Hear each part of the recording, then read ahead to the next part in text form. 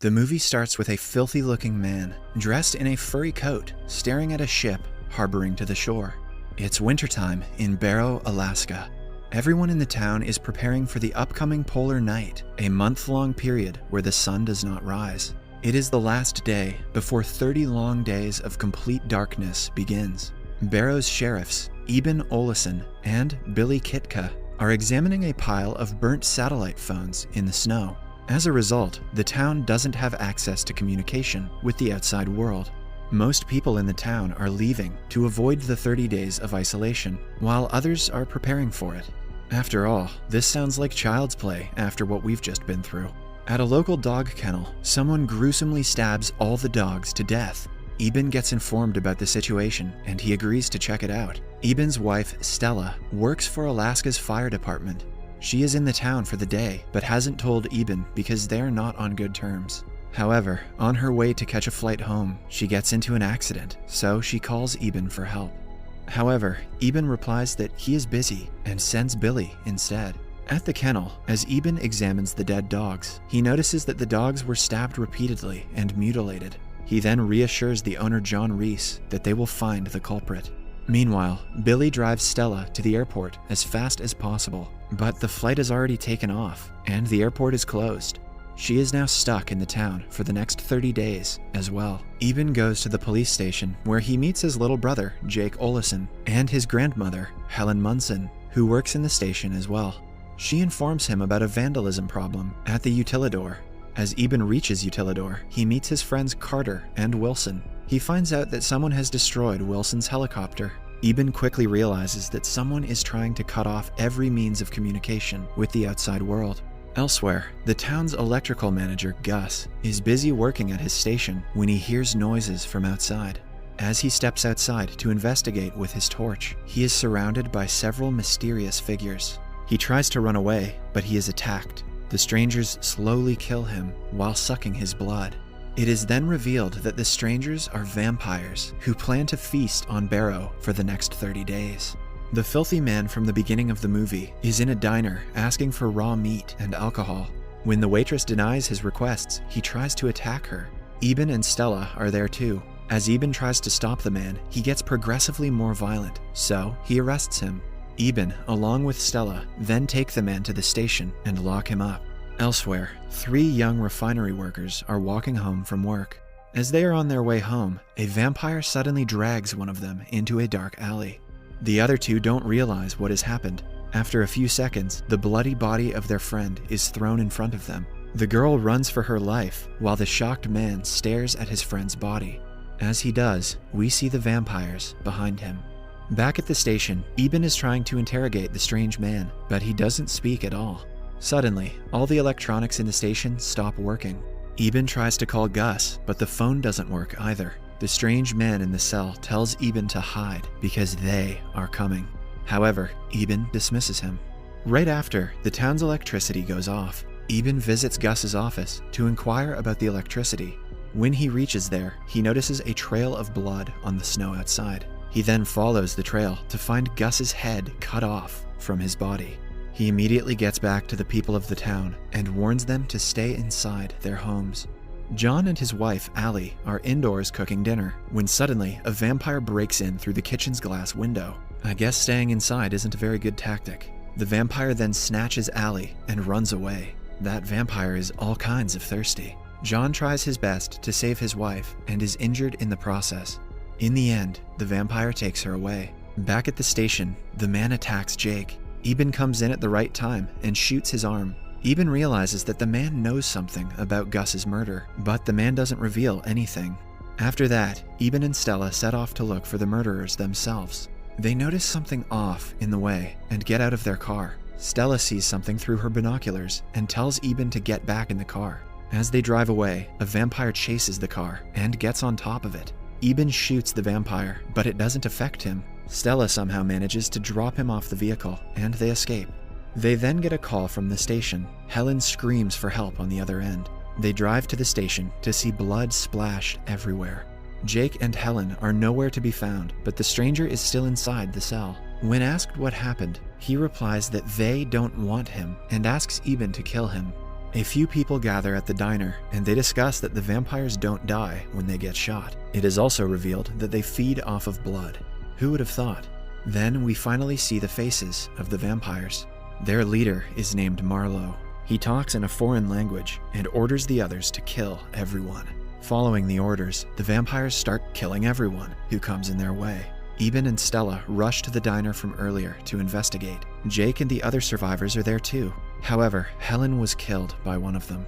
Eben takes everyone to the attic of a house nearby. As the rest hide, he and Stella go out to look for weapons, but they are attacked by the vampires again.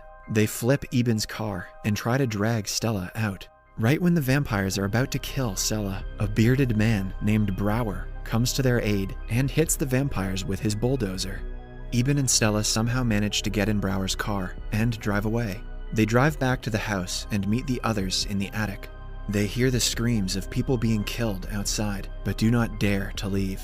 Eben advises they can go to the store to get something to eat after a few days. They plan to stay in the attic for some time and move to the utilidor when they get a chance. Meanwhile, Marlowe walks up to the stranger in the cell and thanks him for completing the task.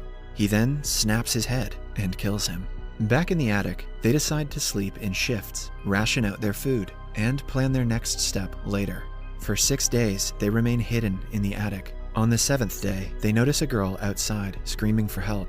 The girl is Jake's childhood best friend. Eben realizes that it is a trap when he sees the vampires on top of the roofs. Still, he goes outside to save her, but can only watch her being tortured and eventually killed by the vampires. As he is about to return, someone calls his name, and he notices John hiding in a corner. Eben tries to help John, but he attacks him instead. John has turned into a vampire because his blood got infected while he was trying to save his wife. John tries to bite Eben. Knowing that there is no other way to save John, Eben chops his head off with an axe. Eben then goes back to the attic and falls asleep due to exhaustion. There, Wilson's father, who has dementia, tries to run away looking for his dead wife. Wilson and Stella calm him down, but the old man escapes through a window. When Wilson finds out, he immediately runs outside to search for him, despite Stella's pleas to stay inside. Eben wakes up from all the commotion. Suddenly, a vampire comes inside the house, and Eben and Stella hide from him. As the vampire is about to get them, Wilson's scream distracts him.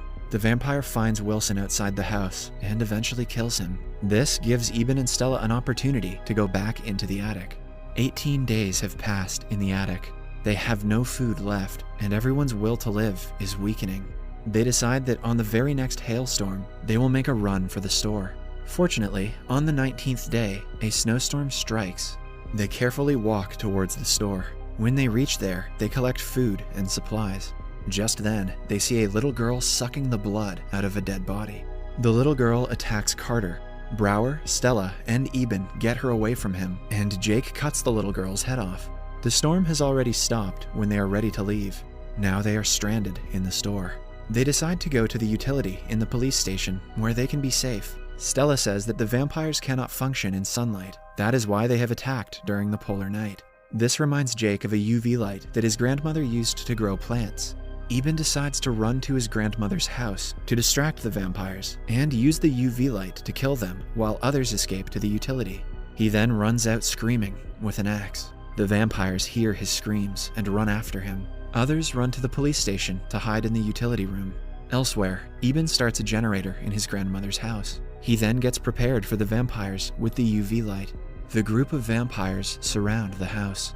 Marlowe orders his girlfriend, Iris, who is also a vampire, to kill Eben. However, as Iris breaks through the window inside the house, Eben shines the UV ray on her face, burning it completely. Eben then realizes the vampires are going to turn the generator off. He makes his escape from the back door. All the vampires go after him, but Marlowe stays with a struggling Iris. He then kills her to get rid of the pain. Brower then tells Eben that it's his turn to distract them now. He gets into a bulldozer and attacks the vampires chasing Eben. After a small fight, he runs the bulldozer into a building and gets all the vampires to come inside. He then proceeds to light himself up in an explosion. Fortunately, Eben reaches the police station safely. There, he finds out that Carter was bit by a vampire and is turning into one of them. With no other way out, Carter suggests Eben kill him.